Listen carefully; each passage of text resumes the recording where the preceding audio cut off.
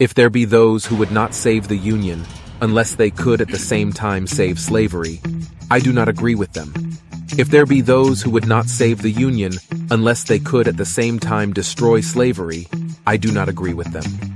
My paramount object in this struggle is to save the Union, and is not either to save or to destroy slavery. Abraham Lincoln, August 22nd, 1862. This is Plausibly Live. By the fall of 1862, the war was not going well for the Union at all. Lincoln desperately needed some way of motivating not just the Army, but the nation as a whole to continue the fight to preserve the Union. He had been forced by the results of the Second Battle of Bull Run and by politics to place General George B. McClellan back in command of the Union Army. That was against his better judgment. By then, he recognized that McClellan was not going to get the job done. But the Army loved him, and the politicians liked him. So he didn't have any place else to turn. They put McClellan back in charge of the Army and continued to worry about things as they were getting more and more desperate. As Robert E. Lee and his Army of Northern Virginia launched their first northern invasion, invaded Maryland, Lincoln desperately needed a break. And he would finally get one in the form of a couple of cigars that were lost along the road somewhere in Maryland. In September of 1862, those cigars were picked up and taken immediately to General McClellan. And they turned out to be not just average cigars. They turned out to be cigars that were wrapped in a paper that had Robert E. Lee's plans for this invasion written down on them. They were lost by a courier who was supposed to be taking them somewhere, and he had lost them. And of course, they'd been found, and now McClellan waved the orders and the cigars in the air and said, "Now I've got Bobby Lee, I've got him." And indeed, he had him trapped between the Potomac River and Antietam Creek. The Battle of September 17th, 1862, which would be, in kind of a metaphorical way, the last day of slavery, represented an opportunity for the Union's Army of the Potomac to absolutely annihilate Robert E. Lee and his invading Army of Northern Virginia. But if you know anything about history, you know it didn't work out that way. The end result of the Battle of Antietam was literally the bloodiest day in American history. Almost 50,000 Northerners and Southerners were either killed or wounded. On the Union side, more than 2,000 dead, more than 12,000 wounded that day. And wounded could be anything from, he got hit in the little toe to lost a limb and survived. The battle did not go the way that the Union, McClellan, or Lincoln had hoped. It was not a grand victory that annihilated Lee's army, or at least badly damaged it. Both armies were about the same in the end results, and Lee was able to extricate himself and remove his army across the Potomac River back into Virginia. In tactical terms, I guess you'd call it a draw. Neither side was able to inflict a major victory, but the Union saw this as a strategic win in the sense that they had pushed the Confederates back across the Potomac River. And they sort of ignored the idea that they'd been on the other side to begin with. And so the bloodiest day in American history, September 17th, 1862, led to Lincoln finally being able to sit down and outline that new motivation that he was looking for. Of course, he had been an anti-slavery person before the war, but not in the sense that we think of being anti-slavery. We think of being anti-slavery as opposing it everywhere, and that was not Lincoln. He would have gladly allowed slavery had it preserved the Union. But, things being what they were, that was not the case. But being the consummate politician and the consummate leader that he was, he understood that what motivated so many people in the North, what motivated many of the supporters of the troops that he would need, was the moral idea that slavery was bad and needed to be destroyed. And so he hit on the idea of an Emancipation Proclamation, which you've never read. If you've never read, you should read. It will surprise you, not with what it says, but with what it doesn't say.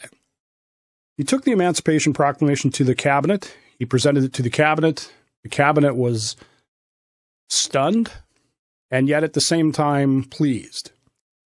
And on September 22nd, 1862, 5 days after the battle at Antietam, Lincoln issued his Emancipation Proclamation. And this would be a moment of change. This would be literally the death knell of slavery. But there was, of course, a problem. The problem was that the Emancipation Proclamation, when issued in 1862, and as Nancy Pelosi has pointed out cogently, it was in fact an executive order, was that the responses to it were not as universal as one might think. The South ridiculed it and ignored it. In the North, it was both welcomed with great joy and at the same time seen with great suspicion. I would compare this in some ways to today with the Ukrainian support that we're supporting, giving. Some of us are very suspicious of the motivation behind why we're supporting Ukraine. In the same way, many Americans were suspicious of the idea of why Lincoln wanted to free the slaves and why this Emancipation Proclamation was issued. It was overseas that it was very interesting because England drew a cartoon that had Lincoln with pointed hair, horns of the devil, playing his quote-unquote last card on top of a barrel full of gunpowder. The thinking being here that he's playing the last card, and if he doesn't win this, he's going to blow up the whole thing. That was kind of the reaction. On a practical side, it was much more difficult to rationally think about how this was going to work. The Emancipation Proclamation, by the way, only frees the slaves by its own words. It only frees slaves that are in slaveholding states that are part of the Confederacy, that have seceded from the Union, after January 1st, 1863, unless they come back. In other words, if North Carolina had decided, yeah, we're done with this Confederacy thing, we're coming back to the Union in December of 1862, they would have been able to keep their slaves. Delaware, Maryland, West Virginia, Tennessee, Missouri, parts of Louisiana that had been held by the Union since the beginning of the war, were allowed to keep their slaves. This only affected states that were in rebellion, states that had quote-unquote seceded, and it only affected areas that the Union did not control at that moment, which, again, Virginia, North and South Carolina, Georgia, Florida, Alabama, Mississippi, Arkansas, most of Louisiana, and of course, Texas. It didn't seem like there was much sense to this thing because how was Lincoln going to enforce it? First off, the war is going not that well for the Union. In fact, on the day he issued it, September 22nd, 1862, it was not at all clear that the Union was going to win the war. They had had a tactical draw 5 days earlier at Antietam, but for the most part, the war was not going well. Now, that's the general assumption. The truth is that the war was actually going the Union's way, but not in any of the places that mattered to the press.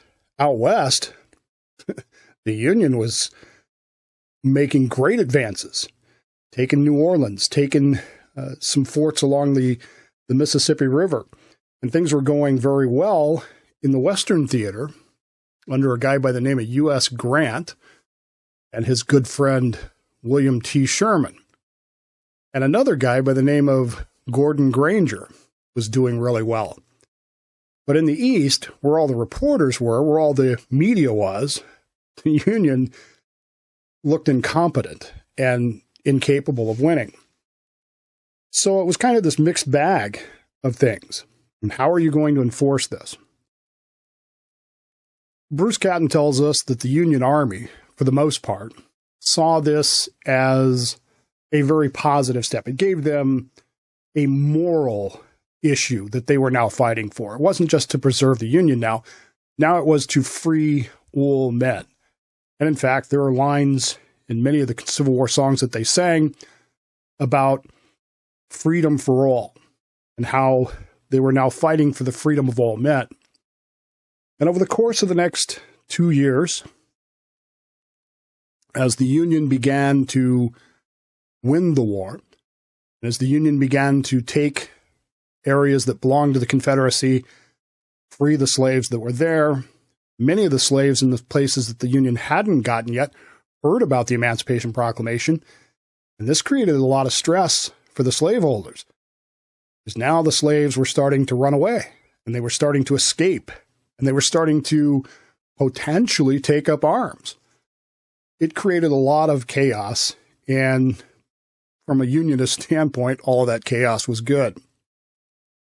By the time the war ended, officially April of 1865 at Appomattox, the surrender of the Robert E. Lee's Army of Northern Virginia essentially ended it. There was a second surrender in North Carolina a few days later, and Joe Johnston surrendered to William T. Sherman. But the last Confederate Army did not surrender until June 2nd, 1865. By the time they surrendered, Lincoln had been assassinated, and the war was finally over. That army surrendered in what was known as the Trans-Mississippi Theater, Texas and Arkansas, that area. They surrendered in Texas, and they were the last army to surrender. And at that point, nobody in Texas had heard, none of the slaves had heard about the Emancipation Proclamation. Or if they had been so remote that they were not able to do anything about it. And on June 19th, 1865, General Gordon Granger, who is a war hero. Granger was one of those guys that we don't know. I mean, if you're a Civil War guy, you know a lot about him, but he was one of the heroes of the Battle of Chickamauga, which helped, while the Union lost that battle, they could have lost it a lot worse. And it was Granger and Thomas, General George Thomas, who had held the hill there that kept the rebel army from annihilating the Union Army in the West. Granger was one of those guys that was noted as being a military genius and a very good general, and he was sent to Texas to handle the reconstruction of Texas. And on June 19th, he issued his General Order Number 3, which hopefully you can understand was welcomed by the now freedmen, but of course it wasn't by the slave owners. That General Order Number 3 that Granger put out was essentially a restating of the Emancipation Proclamation, and it ended slavery in the state of Texas as the last standing Confederate state. And on that day, the slaves in Texas were told, "You're free." Now, there are some other details to that general order, one of which is he doesn't want the slaves, the freedmen, coming to the Army headquarters and hanging around there. But it's fine if you go somewhere else and celebrate. That's fine, but just don't hang around here because we got work to do. A year later, celebrations began in Texas, and they began to celebrate the idea of this Juneteenth holiday, June and 19th. They began to celebrate the fact that on this day, the last of the slaves had gotten the word. And now, of course, as of 2022, it's a national holiday, or 2023. I'm sorry, I'm off a year. I don't know what happened. Did I lose a year somewhere? As of 2023, it is now a national holiday, which means Ben has the day off from school to remind ourselves of what this day means. And I think one of the most important things we should remind ourselves is that this day, Juneteenth, came with great cost. And while I say Antietam was the last day of slavery, it was the day that brought about the end of slavery. It was the moment that gave Lincoln his opportunity, his chance that he needed, his break that he needed. Antietam cost 2,100 plus American lives. 50,000 men on both sides dead and wounded that day, the bloodiest day in American history. And over the course of the next 2 years, and over the course of that war, 365,000 Union troops would die, with another 800,000 wounded, including my great-grandfather. I think it's important that we remember that Juneteenth, came with great cost. It came with blood and sacrifice and effort.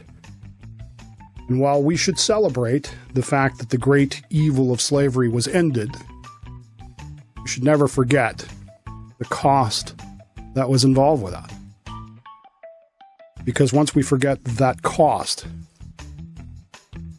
that brought about the last day of slavery, once we forget that, then we have forgotten that freedom is never free.